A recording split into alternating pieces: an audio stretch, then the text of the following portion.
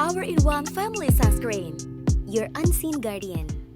Kapten Francois Tak adalah seorang perwira VOC yang berkarir cemerlang di Asia. Dia lahir di Amsterdam pada tahun 1649 dan bergabung dengan VOC pada tahun 1672. Dia terlibat dalam berbagai operasi militer di India, Banten, Priangan, dan Jawa Timur. Dia dikenal sebagai seorang yang berani, tegas, dan ambisius.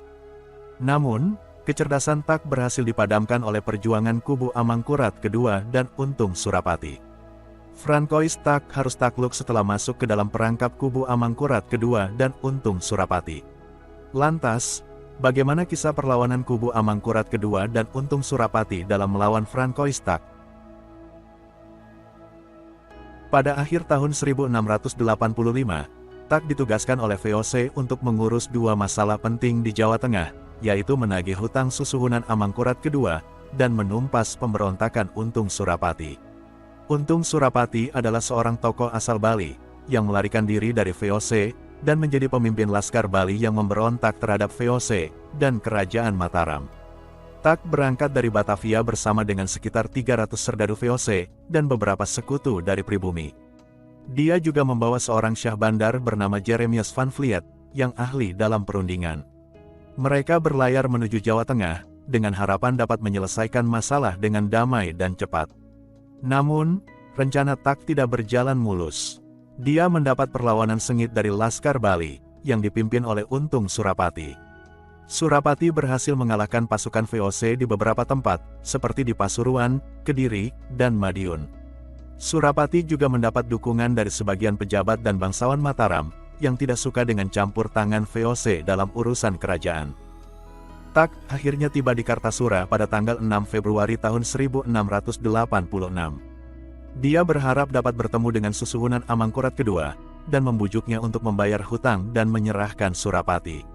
Namun, susuhunan tidak mau menemui Tak secara langsung. Dia malah menyuruh Pati Anrangkusuma untuk berbicara dengan Tak. Pati Anrangkusuma adalah salah satu pendukung Surapati yang berpengaruh di keraton.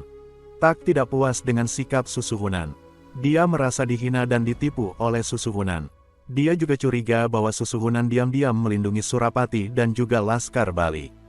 Karena merasa dihina, Tak akhirnya mengambil tindakan tegas. Dia memerintahkan pasukannya untuk bersiap-siap menyerbu keraton, serta menangkap susuhunan dan Surapati. Pada tanggal 8 Februari tahun 1686, Tak memimpin pasukannya menuju keraton dengan penuh percaya diri. Dia tidak menyadari bahwa dia telah terjebak dalam perangkap yang disiapkan oleh susuhunan dan Surapati.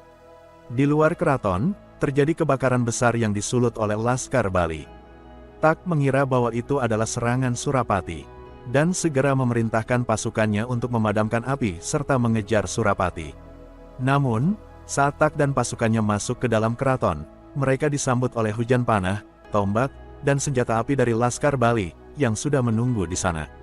Tak dan pasukannya terkejut dan kocar-kacir. Mereka tidak dapat melawan dengan efektif, karena mereka tidak membawa peralatan perang. Tak berusaha untuk menembus pertahanan musuh dan mencapai susuhunan. Namun, dia tidak berhasil, dan terluka parah karena perlawanan dari kubu Surapati, dan juga Amangkurat II. Pada akhirnya, Tak meninggal di tempat dengan 20 luka di tubuhnya.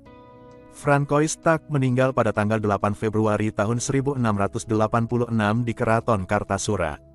Kematian Tak adalah pukulan besar bagi VOC. Mereka kehilangan seorang perwira yang berbakat dan berpengalaman. Mereka juga kehilangan banyak serdadu dan peralatan militer. Mereka tidak dapat menuntut hutang dan menangkap Surapati. Mereka malah harus menghadapi kemarahan dan permusuhan dari susuhunan dan rakyat Mataram.